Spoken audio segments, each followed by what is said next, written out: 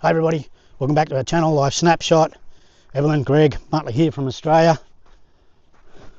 Appreciate everybody's support so far, can't do it without you. Thanks very much for all that.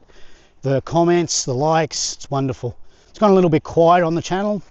I need to up my game, so to speak. And I'm hoping these next videos, let me just take this off just in case. I hope these next videos accomplish that.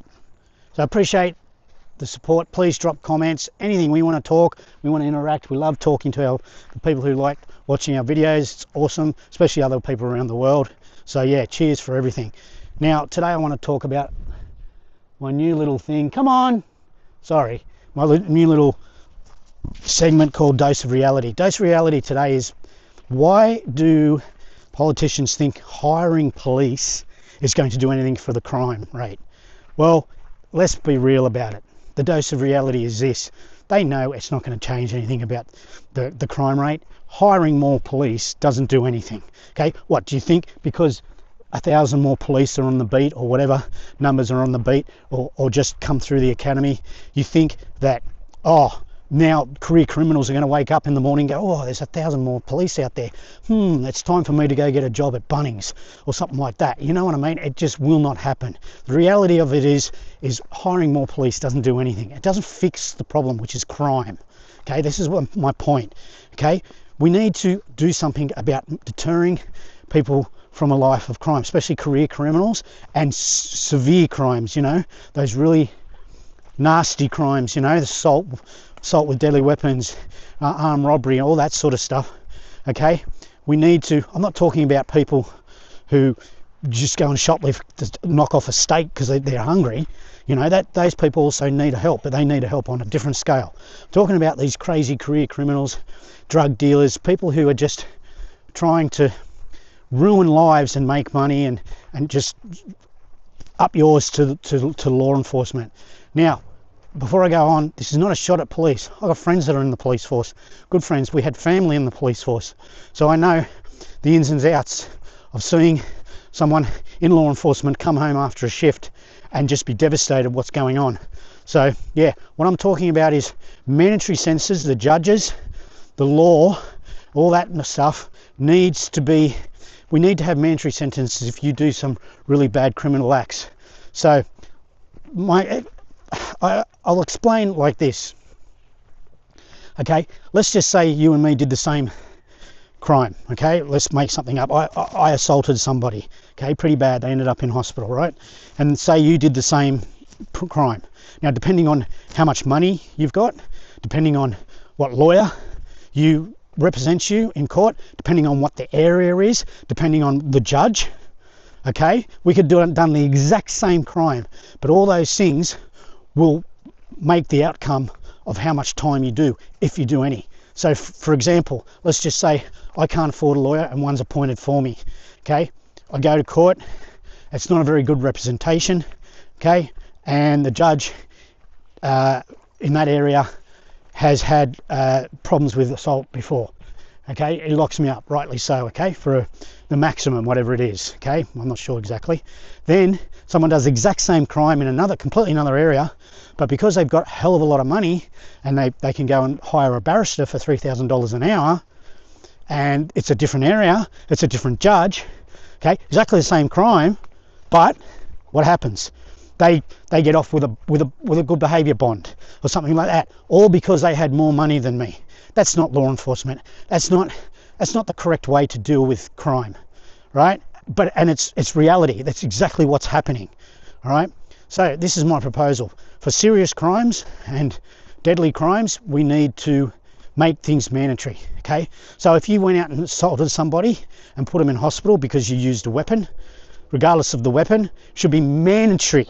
You do 5 years or 10 years.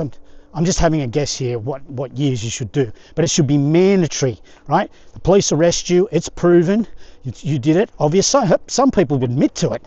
Some people are proud of doing these crimes. Okay, you admit to it. It's at 100% that you've done this. Okay, it's 5 years minimum, whatever. I'm just using an example, 5 years minimum. Then you go to court. Then it's up to the judge to say, you know what, okay, looking at the crime, you did use a weapon on this person, you're definitely going to get the 5 years. You're showing no remorse in the courtroom. It wasn't self-defense. It wasn't like you were, you know, it was a fair fight or anything like that. I'm going to add another 5 years. Okay, I reckon you'll see a reduction in crime pretty quick, especially serious assaults and stuff like that. Okay, people will know that it's mandatory that I'm going to go to jail. People now do crimes going, well, I'll get out of it. Okay, I'll get out of it. There's a good chance I'll get out of it. What's that for a deterrent for not committing a crime? There's no deterrent. There's no nothing. So it's bizarre to me that things should be mandatory, okay, for serious crimes, okay? Like I said, if you're shoplifting and you've walked out and you got caught knocking off a steak, and then you go to court and they say, why did you have this steak, sir? And then they say, well, I got to eat. Then fair enough. Do you know what I mean? Like, small fine, whatever. Please don't let it happen again, or we might have to get serious on this. I get that, okay? I'm talking about serious crimes, assault, using weapons, carjacking, you know, armed robbery, all that sort of stuff. It should be mandatory that you do these types of crimes. You're facing X amount of years. Finish, okay? Then you go to court. Then you see if you can talk your way out of it. Okay? And then the judge is also not inclined to go, you know what? I'm in a good mood today, or I'm in a bad mood today, because he already knows, or she already knows, that there's a mandatory sentence there. Okay? So if he's undecided, at least he can say, well, this is not on me. This is the law. Okay? I think a lot of judges do think that. I think a lot of judges maybe see themselves, if not their family members, in the situation some people are in, and they go soft on them, not realizing that there's a victim there, you know?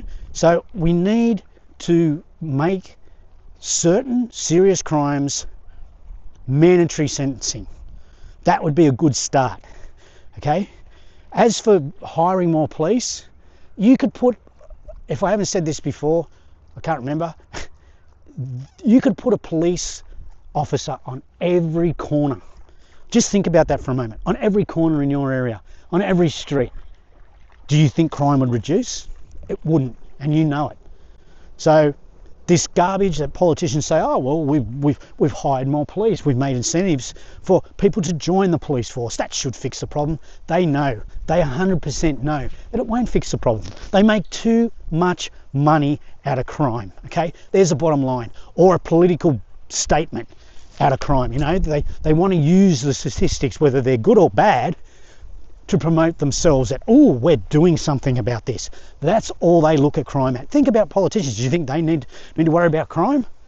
You know, do you think the PM needs to worry about crime? Having his own bodyguards around him, you know, for life. You know, it's okay for him not to be unarmed, because he's got 3 or 4 bodyguards around him that are armed. We don't have that, do we? You know, and that's the other thing that I would like to talk about one day. Is, you know, we should be allowed, as good citizens that have no criminal record, we should be allowed to arm ourselves. We should be allowed to have a weapon in the house, and if someone comes in, shouldn't have to ask them, excuse me, sir, do you have a weapon? All right, well, now I can't break the law, so I've got to go and match my weapon with you. A lot of people don't realise that's the law. A lot of people don't realise that. If someone breaks into your house and you use excessive force, what's that? Who knows? You use excessive force and that guy tries to sue you, the guy who was going to break into your house and do God knows what to you, he can sue you. Isn't that crazy? Well, the law in this country is just nuts. Someone breaks into your house, what are you going to do? Wake up in the middle of the night and go, excuse me, sir, do you have a weapon? Oh, you do? Let me go get my weapon so we get a fair fight. Of course not. You're going to hear someone coming through your window, you're going to jump up and you're going to defend yourself and your family, whatever you can grab. So anyway, that's another story. All the best, guys. Thanks for watching. I really appreciate all the support, like I always say, but it's true. And wait until we get the new one. All the best. Catch you later. See ya. Not what you know, it's who you know.